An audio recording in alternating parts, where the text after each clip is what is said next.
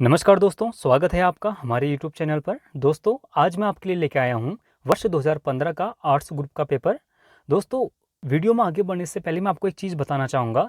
देखिए, वर्ष 2020 से पहले जो अभी हमारी वर्तमान SSG यूनिवर्सिटी है, ये कुमाऊं यूनिवर्सिटी के अंदर ही आती थी। इन दोनों के बीएड एंट्रेंस एग्जाम एक ही हुआ करते थे। ठीक है, वर्ष 2021 के बाद इन दोनों विश्वविद्यालयों के बीएड एंट्रेंस अलग अलग होने लगे। उससे पहले दोनों एक ही थे। ठीक है, दोनों का एक ही बीएड एंट्रेंस का एग्जाम होता था। तो चलिए दोस्तों, आज की वीडियो शुरू करते हैं। देखिए, इसमें पहला क्वेश्चन है, निम्न में से कौन सा नमक समुद्री पानी को सबसे अधिक खारा करता है? तो इसका आंसर है ऑप्शन डी, सोडियम क्लोराइड। ठीक है, देखिए, यदि आपका क्वेश्चन आ जाए कि विश्व की ऐसी कौन सी झील है जिसकी लवणता सैलिनिटी सबसे ज़्यादा है, तो उसका आंसर होगा डेड सी, जिसे हम मृत सागर के नाम से भी जानते हैं। और अगर मृत सागर ऑप्शन में नहीं होगा तो आप वॉन लेक करना। ठीक है, वॉन लेक जो तुर्की में है। ठीक है, देखिए, अगला क्वेश्चन है, शंकुधारी वन किस देश में नहीं पाए जाते? देखिए, जो शंकुधारी वन होते हैं ये पहाड़ी क्षेत्रों में, जहाँ ठंडा इलाका होता है वहाँ पाए जाते हैं, जैसे हमारा चीड़, देवदार। तो ये सब शंकुधारी वन के उदाहरण हैं। तो इसमें जो ऑप्शन होगा वो होगा ऑप्शन ए, अमेजनिया। देखिए, अमेजनिया कोई वैसे देश नहीं है। ठीक है, ये दक्षिण अमेरिका में जहाँ जहाँ अमेजन नदी बहती है, कम से कम 8-9 देश ऐसे हैं जहाँ से अमेजन नदी बह के जाती है। तो उन देशों को मिलाकर अमेजनिया देश बनाए जाते हैं। और जो अमेजनिया देश होते हैं ये भूमध्य रेखा पर स्थित है। और भूमध्य रेखा मतलब वहाँ सबसे ज़्यादा गर्मी होती है, और जहाँ गर्मी होगी वहाँ शंकुधारी वन तो होंगे नहीं। तो इसका आंसर होगा ऑप्शन ए, अमेजनिया। ठीक है, देखिए, अगला क्वेश्चन है, लिंगराज मंदिर निम्न में से किस शहर में स्थित है? तो ये है ऑप्शन ए, भुवनेश्वर। ठीक है, उड़ीसा में। अगला क्वेश्चन है, ग्रीक रोमन कला किस स्थान में मिलती है? कहने का मतलब है कि हमें सबसे ज्यादा देखने को कहाँ मिलती है? तो ये मिलती है ऑप्शन डी, बुद्धिस्ट आर्ट में। ठीक है, ये इसका हिंदी गलत दिया हुआ है, ये बौद्धिक दिया है, गलत होगा। तो इसका आंसर होगा ऑप्शन डी, बुद्धिस्ट आर्ट। ठीक है, देखिए, अगला क्वेश्चन है, राजस्थान में माउंट आबू स्थित दिलवाड़ा मंदिर किन अनुयायियों द्वारा निर्मित किए गए? तो ये निर्मित किए गए ऑप्शन बी, जैन धर्म द्वारा। और अगर क्वेश्चन आ जाए कि माउंट आबू किस पर्वत श्रेणी की चोटी है, तो ये है अरावली पर्वत श्रेणी की चोटी। ठीक है, देखिए, अगला क्वेश्चन है, भारत का वह कौन सा प्रथम राज्य है जिसका निर्माण भाषा के आधार पर हुआ था? तो ये हुआ था ऑप्शन डी, आंध्र प्रदेश। कब हुआ था? 1953 में। ठीक है, देखिए, अगला क्वेश्चन है, चंबल घाटी परियोजना किन राज्यों में स्थित है? तो इसका आंसर है ऑप्शन ए, मध्य प्रदेश एवं राजस्थान राज्य में। देखिए, जो चंबल घाटी परियोजना है ये चंबल नदी पर स्थित है। ये मध्य प्रदेश से निकलती है और राजस्थान होते हुए फिर उत्तर प्रदेश में बहती है, और उत्तर प्रदेश में ही ये यमुना नदी में मिल जाती है। ठीक है, देखिए, एक नदी घाटी परियोजना के अंतर्गत कई सारे बांध होते हैं। तो जो चंबल घाटी परियोजना है इसमें भी 3 प्रमुख बांध हैं। एक है गांधी सरोवर बांध, जो कि मध्य प्रदेश में स्थित है। दूसरा है जवाहर सागर परियोजना, जो कि राजस्थान में स्थित है। और तीसरा है राणा प्रताप सागर परियोजना, जो कि चित्तौड़गढ़ राजस्थान में स्थित है। ठीक है, ये तीनों जो बांध है ये चंबल नदी पर स्थित है। देखिए, अगला क्वेश्चन है, संस्कृतिकरण की संकल्पना किसने दी थी? तो ये दी थी ऑप्शन ए, MN श्रीनिवास ने। देखिए, संस्कृतिकरण होता क्या है, अगर हम भारतीय परिप्रेक्ष्य में देखें, देखिए, हमारा जो भारतीय समाज है वो कई जातिगत व्यवस्था में बटा हुआ है। तो जो निचली जातियां होती हैं ये उच्च जातियों के रीति रिवाज, उनके रहन सहन को अपनाकर उन्हें कॉपी कर जब अपना सामाजिक विकास करती है तो उसे कहते हैं हम संस्कृतिकरण। ठीक है, देखिए, अगला क्वेश्चन है, अर्थशास्त्र धन का विज्ञान है, ये किसने कहा था? ये कहा था ऑप्शन ए, एडम स्मिथ ने। ठीक है, अगला क्वेश्चन है, राष्ट्रीय चीनी संस्थान कहाँ स्थित है? तो ये है ऑप्शन सी, कानपुर में। ठीक है, अगला क्वेश्चन है, भाजपा का आधारभूत दर्शन क्या है? तो ये है ऑप्शन डी, हिंदुत्व। ठीक है, अगला क्वेश्चन है, निम्नलिखित में से कौन एक राज्य स्तरीय दल है? देखिए, Congress party, Bharatiya Janata party, BJP और साम्यवादी पार्टी, ये तीनों पार्टियां नेशनल पार्टीज हैं। ठीक है, और जो ऑप्शन डी है, तेलुगु देशम पार्टी, ये एक आंध्र प्रदेश की क्षेत्रीय पार्टी है। ठीक है, अगला क्वेश्चन है, लघु भारत के नाम से किसे जाना जाता है? तो ये जाना जाता है ऑप्शन सी, गांवों को। और अगर क्वेश्चन आ जाए कि विश्व में लघु भारत नामक स्थान कहाँ पर स्थित है, तो वो सिंगापुर में है। ठीक है, देखिए, अगला क्वेश्चन है, राजनीतिक दलों को प्रतीक निर्धारण करने संबंधी विवादों का निपटारा कौन करता है? तो इसका आंसर होगा ऑप्शन डी, निर्वाचन आयोग। ठीक है, देखिए, अगला क्वेश्चन है, निम्न में से किस देश में एक दलीय व्यवस्था है? तो वो है ऑप्शन सी, चीन। देखिए, अगला क्वेश्चन है, सर्वोच्च न्यायालय में नियुक्त प्रथम महिला न्यायाधीश कौन थी? तो ये थी ऑप्शन सी, एम फातिमा बीवी। अगला क्वेश्चन है, कौन सा देश अफगानिस्तान से जुड़ा नहीं है? तो जो रसिया है, ठीक है, जो रूस है, ये अफगानिस्तान से जुड़ा नहीं है। ठीक है, देखिए अगला क्वेश्चन है, कौन से महासागर की आकृति अंग्रेजी अक्षर एस के समान है? तो ये है ऑप्शन सी, अटलांटिक महासागर। देखिए जो अटलांटिक महासागर है, यदि आप देखेंगे ये इधर साइड अफ्रीका है, इधर साइड उत्तरी अमेरिका और दक्षिण अमेरिका, यहाँ यूरोप है। तो ये सागर इस प्रकार आपको दिखाई देता है और इसी कारण इसको एस शेप ओशन भी कहते हैं। ठीक है। और यदि क्वेश्चन आ जाए कि विश्व का सबसे बड़ा महासागर कौन सा है, तो वो है प्रशांत महासागर। और यदि क्वेश्चन आ जाए कि ऐसा कौन सा महासागर है जो किसी देश के नाम पर पड़ा है, तो वह है हिंद महासागर। ठीक है। देखिए अगला क्वेश्चन है, निम्नलिखित में से पृथ्वी के एक तरफ ग्रह हैं। देखिए जो पृथ्वी, अगर हम मान लीजिए पृथ्वी है, तो पृथ्वी के एक तरफ शुक्र ग्रह है और दूसरी तरफ मंगल ग्रह, तो इसका आंसर होगा ऑप्शन डी, मंगल और शुक्र। ठीक है। देखिए अगला क्वेश्चन है, भारत के दार्शनिक राष्ट्रपति थे, तो ये थे option C, doctor S Radhakrishnan. देखिए अगला क्वेश्चन है, भारतीय राष्ट्रीय सेना द नेशनल इंडियन आर्मी की स्थापना कहाँ हुई थी?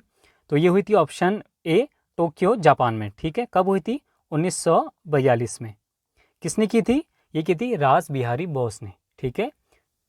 अगला क्वेश्चन है, किस शासक के शासनकाल में नालंदा विश्वविद्यालय की स्थापना हुई थी? तो ये हुई थी ऑप्शन डी, कुमारगुप्त के शासनकाल में। ठीक है। ये क्वेश्चन बहुत बार पूछा है, मैंने मेरी पिछली वीडियो देखी है तो उसमें मैंने आपको बताया है। आप मुझे कमेंट बॉक्स में बताइए कि विक्रमशिला विश्वविद्यालय की स्थापना किसने की थी। देखिए अगला क्वेश्चन है, वैदिक काल में किस फसल को नहीं जाना जाता था? देखिए जो ऑप्शन सी है तंबाकू, तो वैदिक काल में तंबाकू नामक कोई भी फसल का उल्लेख हमें नहीं मिलता। ठीक है। देखिए अगला क्वेश्चन है, देशबंधु की उपाधि दी गई थी, तो ये दी गई थी ऑप्शन बी, सीआर दास को, मतलब चित्तरंजन दास को। ठीक है। देखिए जो चित्तरंजन दास थे, सीआर दास थे, इन्होंने 1923 में मोतीलाल नेहरू के साथ मिलकर स्वराज पार्टी की स्थापना की थी। कब की थी? 1923 में। ठीक है। देखिए अगला क्वेश्चन है, वास्को डी गामा किस वर्ष भारत के कालीकट पहुंचा था? तो इसका आंसर होगा ऑप्शन डी, 1498 में। देखिए अगला क्वेश्चन है, भारतीय राष्ट्रीय कांग्रेस की स्थापना किस वर्ष हुई थी? तो ये हुई थी 1885 में। ठीक है। कहाँ हुई थी? बम्बई में। अगला क्वेश्चन है, सत्यार्थ प्रकाश के लेखक कौन थे? तो ये थे ऑप्शन सी, दयानंद सरस्वती। देखिए दयानंद सरस्वती ने आर्य समाज की स्थापना की थी और कब की थी? 1875 में। ठीक है। देखिए अगला क्वेश्चन है, उच्चतम न्यायालय मतलब सुप्रीम कोर्ट और हाई कोर्ट के न्यायाधीशों की नियुक्ति कौन करता है? तो ये करता है ऑप्शन बी, राष्ट्रपति करता है। ठीक है। अगला क्वेश्चन है, कौन सा देश भौगोलिक दृष्टि से उत्तरी अमेरिका और राजनीतिक दृष्टि से यूरोप का भाग है? तो ये है ऑप्शन डी, ग्रीनलैंड। देखिए जब आप वर्ल्ड मैप में ग्रीनलैंड को देखेंगे तो ये उत्तरी अमेरिका, कनाडा के ऊपर साइड आपको दिखेगा, लेकिन अगर हम पॉलिटिकली बात करें तो ये यूरोप का एक भाग है। अगला क्वेश्चन है, पृथ्वी के द्वारा सौर ऊर्जा किस माध्यम से प्राप्त की जाती है? तो ये की जाती है विकिरण के रूप में, मतलब रेडिएशन के रूप में प्राप्त की जाती है। देखिए अगला क्वेश्चन है, भारत में कौन सी खाद्य फसल अक्टूबर नवंबर में बोई जाती है और अप्रैल में काटी जाती है? तो ये है ऑप्शन डी, गेहूं। और जो गेहूं होती है ये रबी की फसल भी होती है। ठीक है। देखिए अगला क्वेश्चन है, नागार्जुन सागर परियोजना किस नदी पर स्थित है? तो ये है ऑप्शन बी, कृष्णा नदी पर। और यदि क्वेश्चन आ जाए कि नागार्जुन सागर परियोजना कहाँ स्थित है, तो यह तेलंगाना राज्य में। ठीक है। देखिए कभी कभी कन्फ्यूजन हो जाता है, तो आप इसमें खाली ट्रिक बता रहा हूँ याद करने के लिए। देखिए जो कृष्ण भगवान थे, वो नाग के ऊपर नाचे थे। ठीक है। तो इससे आप याद कर लीजिए, नागार्जुन, नाग, तो कृष्णा नदी पर। ठीक है। देखिए अगला क्वेश्चन है, सबसे बड़ा महासागर कौन सा है? देखिए मैंने आपको थोड़ा देर पहले बताया, ये क्वेश्चन आ भी गया, तो ये है ऑप्शन बी, प्रशांत महासागर। अगला क्वेश्चन है, इंडिका नामक पुस्तक किस लेखक द्वारा लिखी गई? तो ये लिखी थी ऑप्शन बी, मैगस्थनीज के द्वारा। देखिए मैगस्थनीज किसके शासनकाल में भारत आया था? तो यह आया था चंद्रगुप्त मौर्य के शासनकाल में। ये किस राजा का राजदूत था? ये था सेल्यूकस का राजदूत। ठीक है। अगला क्वेश्चन है, राष्ट्रपति अपना त्यागपत्र किसे देता है? तो ये देता है ऑप्शन डी, उपराष्ट्रपति को। ठीक है। और बाय द वे उपराष्ट्रपति नहीं है मौजूद। ठीक है। तो ये फिर किसे देगा? तो ये देगा सुप्रीम कोर्ट के मुख्य न्यायाधीश, पर पहले उपराष्ट्रपति को ही देगा। ठीक है।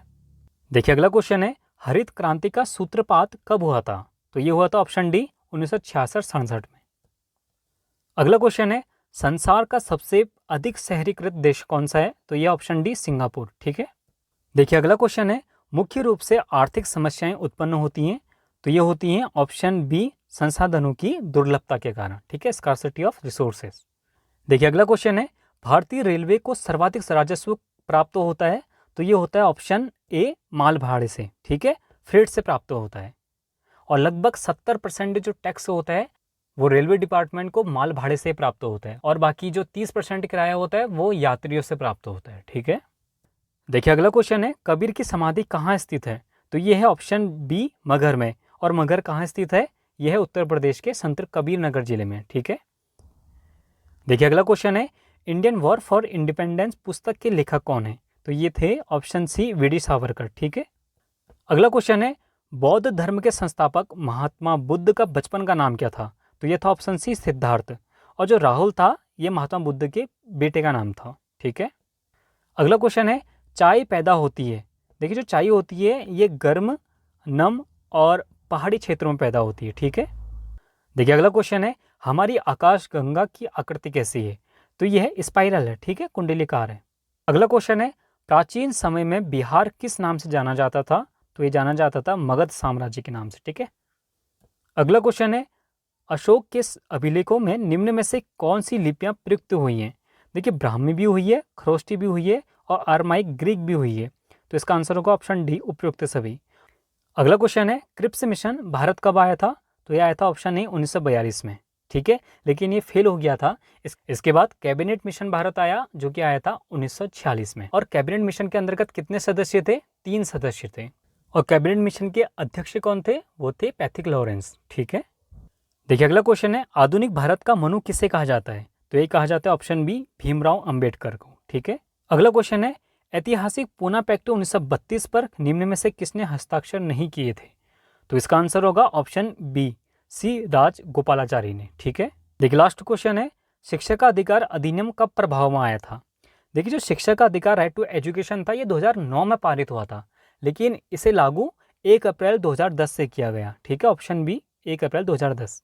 तो दोस्तों आज हमने बीएड एंट्रेंस एग्जाम 2015 का आर्ट्स ग्रुप का पेपर सॉल्व किया। मुझे 2015 और 16 के कुछ अन्य पेपर्स भी मिले हुए हैं, तो मैं जल्द उन पेपर्स को भी आपके साथ शेयर करूंगा ताकि आप अपनी तैयारी और अच्छे से कर सकें। तो दोस्तों आज के लिए बस इतना ही। अगर आपको हमारी वीडियोस अच्छी लगी तो हमारे चैनल को जरूर सब्सक्राइब कीजिएगा, वीडियो को लाइक कीजिएगा और अपने दोस्तों के बीच जरूर शेयर कीजिएगा। तो दोस्तों जल्दी ही अगली वीडियो में मिलेंगे। हमसे जुड़ने के लिए थैंक यू सो मच।